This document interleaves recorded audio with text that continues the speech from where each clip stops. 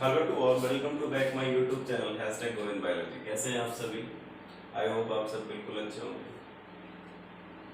आज हम अपने टॉपिक को आगे बढ़ाने वाले हैं और जिसमें आज हम पार्ट 10 को कवर कर रहे हैं।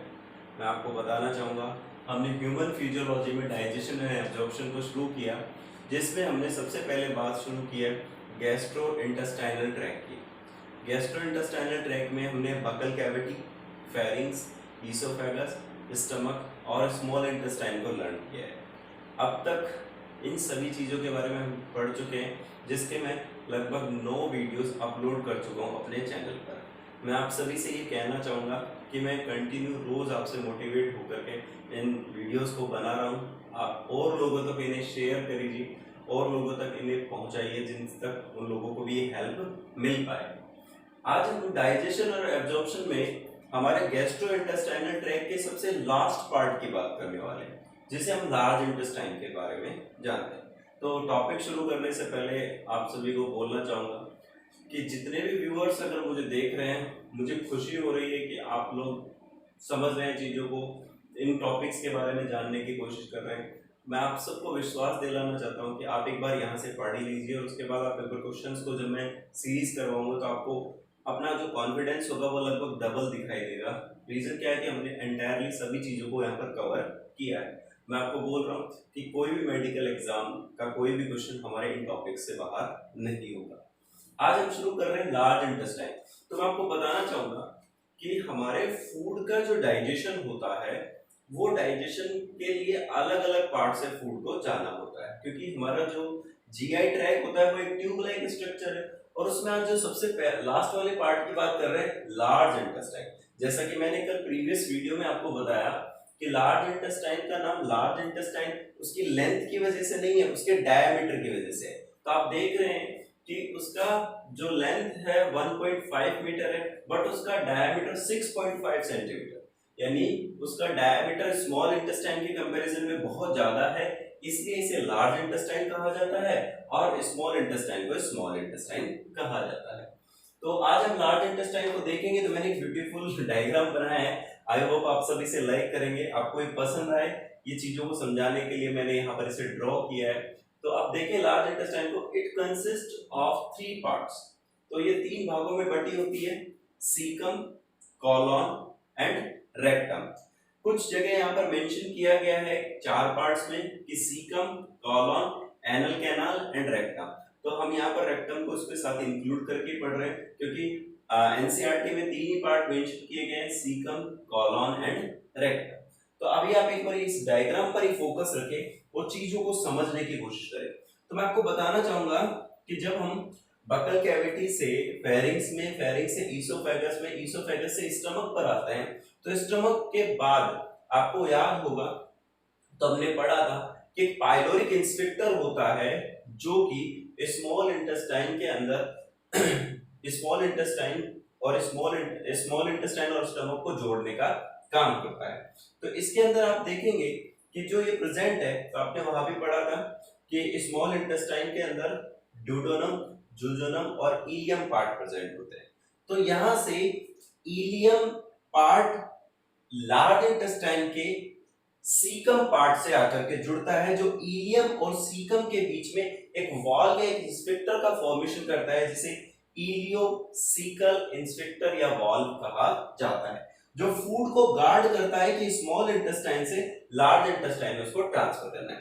तो यहाँ हमारे स्मॉल इंटेस्टाइन प्रेजेंट होता है, तो स्मॉल इंटेस्टाइन प्रेजेंट करता है। मैं आपको बताना चाहूंगा जो स्मॉल इंटेस्टाइन होता है the very important part in our digestive system, because small intestine में मेनली डाइजेस्टिव जूस यानी डाइजेस्टिव एंजाइम्स का सीक्रेशन होता है, इसलिए मेन और प्रॉपरली जो डाइजेशन होता है वो स्मॉल इंटेस्टाइन में होता है। उसके बाद आप सभी को पता चलेगा कि स्मॉल इंटेस्टाइन में कुछ फिंगर लाइक प्रोजेक्शंस होते हैं जिन्हें हम विली या विलाइस कहते हैं, और वो क्या करती है, फूड को एब्जॉर्ब करने का काम करती है।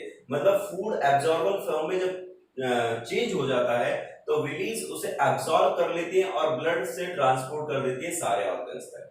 लेकिन हमारे फूड में कुछ अनडाइजेस्ट पार्ट रह जाते हैं और उन अनडाइजेस्टेड पार्ट को, वाटर को, अदर समथिंग बहुत सारी चीजें हैं, उन्हें लार्ज इंटेस्टाइन में ट्रांसफर कर दिया जाता है। एक मैं एक आपका चीज बताना चाहूंगा कि सब लोगों का मानना है कि लार्ज इंटेस्टाइन में ही वाटर का एब्जॉर्प्शन होता है। सो ये गलत है। स्मॉल इंटेस्टाइन भी वाटर का एब्जॉर्प्शन करती है, लेकिन जो लार्ज इंटेस्टाइन में एब्जॉर्प्शन होता है वो मैक्सिमम ऑफ वाटर का होता है। इसलिए हम सबसे ज्यादा पढ़ते हैं कि वाटर का जो मैक्सिमम एब्जॉर्प्शन होता है वो कहाँ होता है, लार्ज इंटेस्टाइन में। तो आपको ये याद रखना है कि स्मॉल इंटेस्टाइन भी स्टोर करती है वाटर को, यानी वो सॉरी एब्सॉर्ब करती है वाटर को यहाँ पर।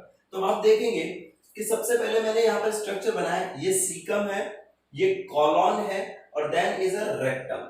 तो इसका मतलब ये तीन पार्ट्स में डिवाइड किया गया। तो मैं सबसे पहले बात करना चाहूंगा सीकम की। तो सीकम सबसे पहला पार्ट है, सबसे छोटा पार्ट होता है। सीकम को कॉमनली ब्लाइंड सैक भी कहा जाता है।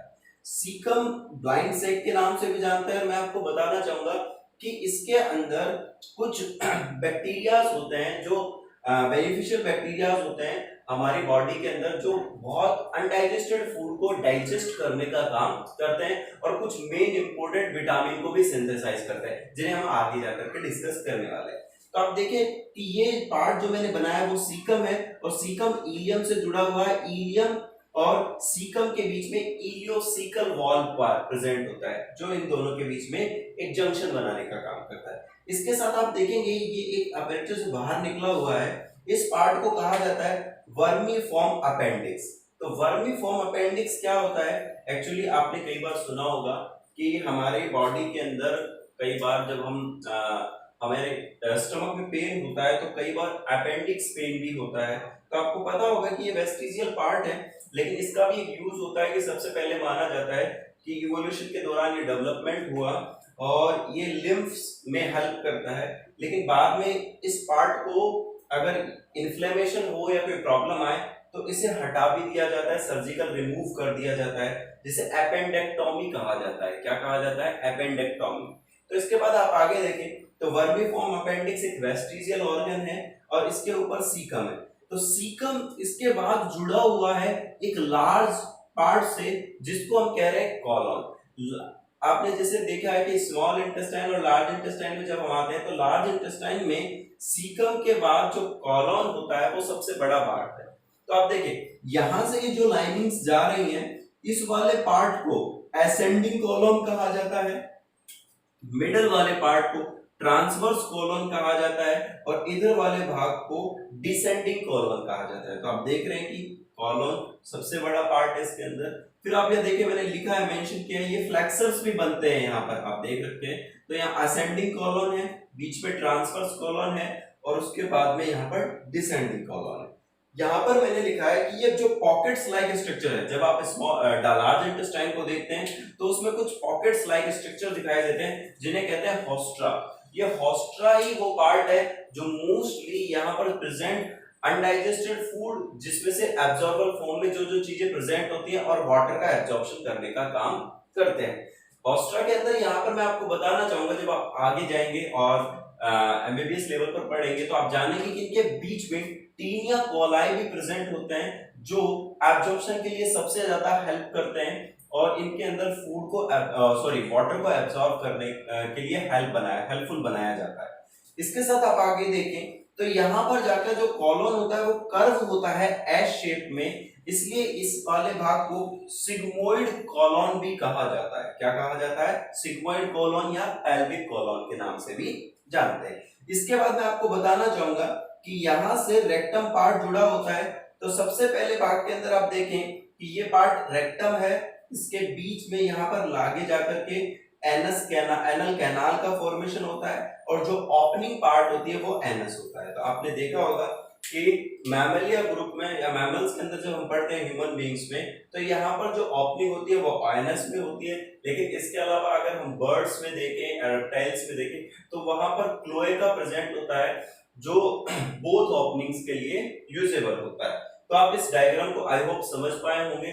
आप इसे बाद में आराम से भी एक बार वीडियो को देखिए और चीजों को समझने की कोशिश कीजिए। मैं एक बात को बोलना चाहूंगा कि आप जैसे जैसे चीजों को समझ रहे हैं तो टॉपिक एक बार लर्न कर लीजिए, अकॉर्डिंग पॉइंट्स को आप नोट करते जाइए और चीजों को समझने की कोशिश कीजिए। अगर जो चीजें आपको समझ नहीं आती है तो आप कमेंट सेक्शन में उसे डाल सकते हैं और आप मुझे बता सकते हैं कि कहाँ कोई प्रॉब्लम है, जिसमें आपके व्यूज अगर मुझे मिलेंगे, आपकी जो कमियां मुझे पता चलेगी तो हम उसे और बेटर कर पाएंगे। तो प्लीज आप सजेस्ट करें, और वीडियो सच में अगर आपको अच्छे लगते हैं तो आप प्लीज प्लीज उसे लाइक करें, और लोगों को भी सब्सक्राइब करें, बोलें कि नॉलेज स्प्रेड करने से वास्तव में फैलती है, तो आप लोगों को भी थोड़ा सा मोटिवेट करें। इसके साथ आगे हम चलते हैं कि जो हमारा large intestine is divided in 3 parts, caecum, colon and rectum. तो सीकम क्या है? Is a small blind sac, ये यहाँ पर पहला पार्ट है, small blind sac and which host some symbiotic microorganism. तो सिम्बायोटिक का मतलब क्या होता है कि जो एसोसिएटेड हो, यानी एक होस्ट होता है और एक पैरासाइट होता है। लेकिन अगर आप देखें सिम्बायोटिक के अंदर फॉर्म में, कि जब वो किसी होस्ट की बॉडी में रहता है और उसे कोई हार्मफुल इफेक्ट नहीं पहुंचाता है, तो वो सिम्बायोटिक रिलेशनशिप दिखाई देता है, जिससे हमें भी बेनिफिट होता है और बैक्टीरिया को भी बेनिफिट होता है। तो यानी सिम्बायोटिक माइक्रो ऑर्गेनिज्म। अभी हम बाद में आगे जाकर डिस्कस करने वाले हैं कि इकोलाई एंड स्ट्रेप्टोकोकस फिकेलिस जो सिम्बायोटिक माइक्रो ऑर्गेनिज्म है, जो हमारे ब्लाइंड सैक में प्रेजेंट होते हैं। आगे देखिए, a narrow finger like tubular projection is vermiform appendix. तो यहाँ आप देख रहे हैं एक नैरो फिंगर लाइक स्ट्रक्चर है, वर्मीफॉर्म अपेंडिक्स, जिसे हम वेस्टिजियल ऑर्गन का है, मैंने वहां मेंशन किया है वेस्टिजियल ऑर्गन है। इसे बाद में जाकर के हम हटवा भी सकते हैं, सर्जिकल रिमूवल करवा सकते हैं, जिसे एपेंडेक्टोमी भी कहा जाता है। The second part is column. तो सीकम वो सबसे पहला पार्ट है जो अनडाइजेस्टेड फूड यानी स्मॉल इंटेस्टाइन से आने वाले फूड को सबसे पहले रिसीव करता है, और रिसीव करने के बाद ही वो कॉलम में उसको ट्रांसफर करने का काम करता है।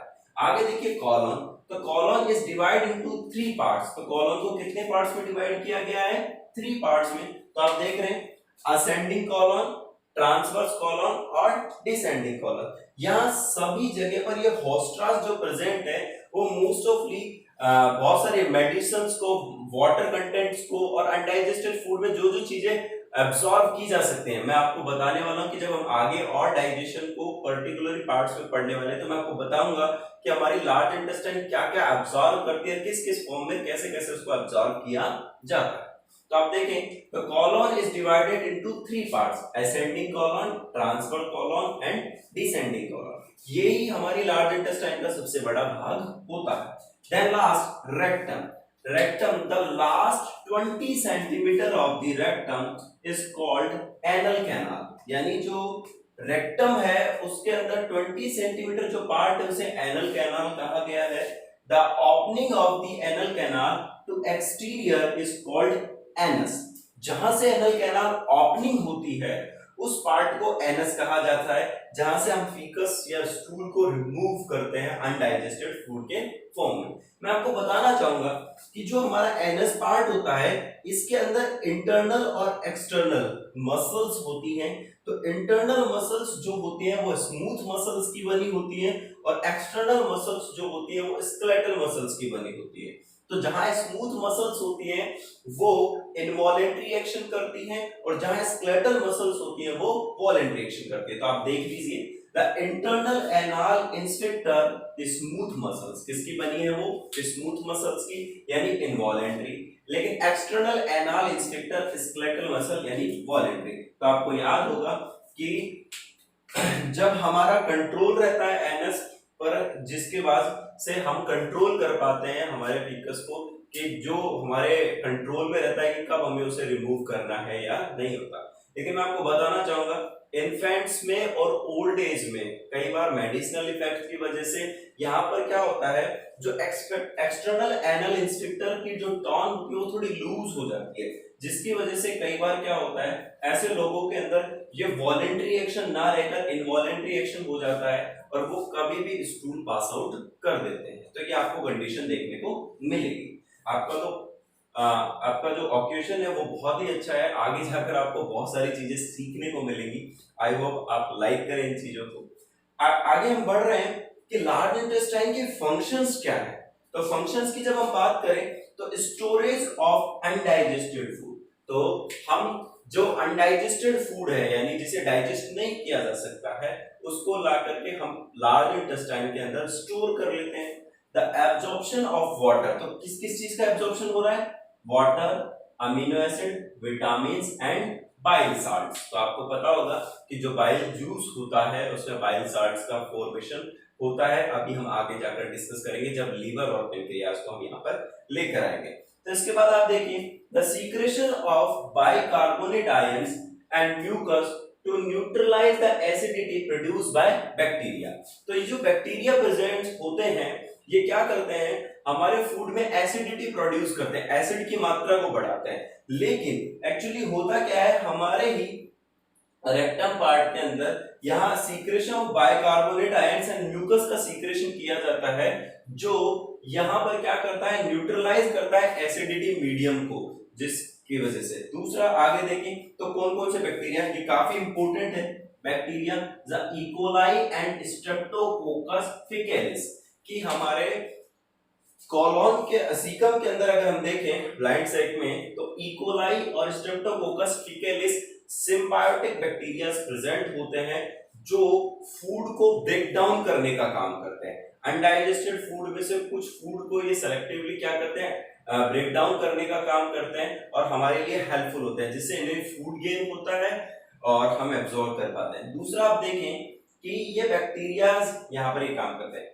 दूसरा, जब फूड का ब्रेकडाउन होता है तो वहां पर प्रोडक्शन में बिलिरुबिन को ये बैक्टीरिया यूरोबिलिनोजन और स्टेरकोबिलिनोजन के अंदर चेंज भी कर देते हैं। तो बिलिरुबिन आप देखेंगे कि बाइल पिगमेंट्स होते हैं जिनको चेंज कर दिया जाता है बैक्टीरिया के द्वारा यूरोबिलिनोजन एंड स्टेरकोबिलिनोजन। तो यूरोबिलिनोजन की कुछ अमाउंट हमारी लार्ज इंटेस्टाइन से अब्सॉर्ब करके ब्लड को स्टीम कर दी जाती है, जिससे हमारे यूरिन को ट्रांसफर कर दिया जाता है, जिससे आप यूरिन का कलर येलोइश देख पाते हैं।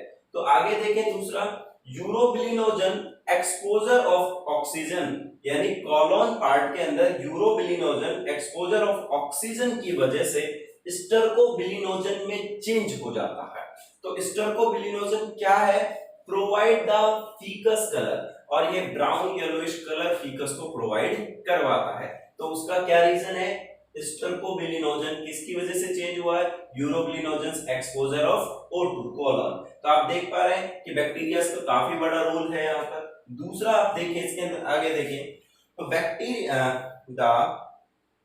Bacteria action break down peptidase, जो प्रोटीन्स होते हैं पेप्टाइडेज का ब्रेक डाउन किया जाता है, और वो ब्रेकडाउन जो होता है वो किस किस के फॉर्म में होता है? और यहाँ पर प्रोडक्शन ऑफ फ्लैटस यानी गैस प्रोडक्शन भी होता है। तो आप देखिए उसमें क्या क्या प्रेजेंट है?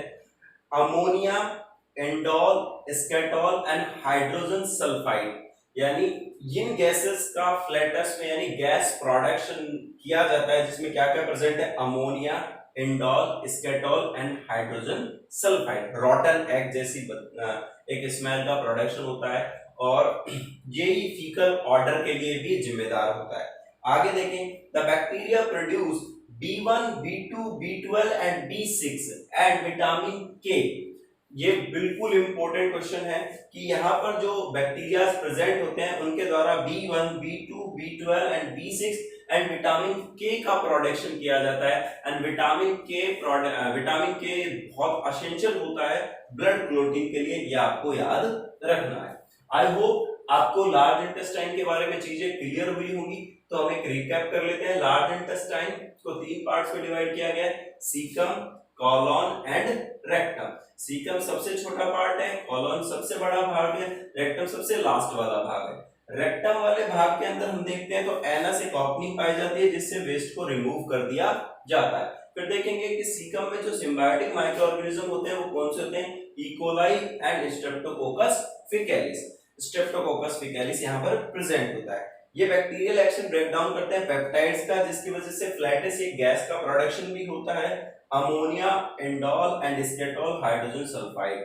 ठीक है, तो इसको आप याद रखें, और इन विटामिन का प्रोडक्शन भी यहाँ पर किया जाता है। आई होप आपको ये सारी चीजें समझ में आ रही होंगी। इस कंटेंट को आप संभाल कर चीजों को याद रखें और लर्न करने की कोशिश करें।